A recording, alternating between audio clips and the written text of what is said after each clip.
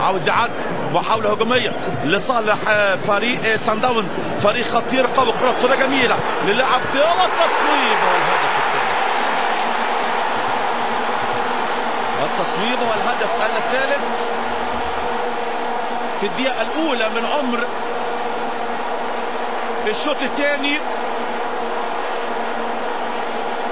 بنيران صديقة بقدم اسلام جمال في هجمة سريعة جميلة منظمة، في تصويبة جميلة قوية أرضية بقدم اللاعب رقم 22 اللاعب التاو، وسط حراسة موجودة ورا في دفاعات نادي الزمالك.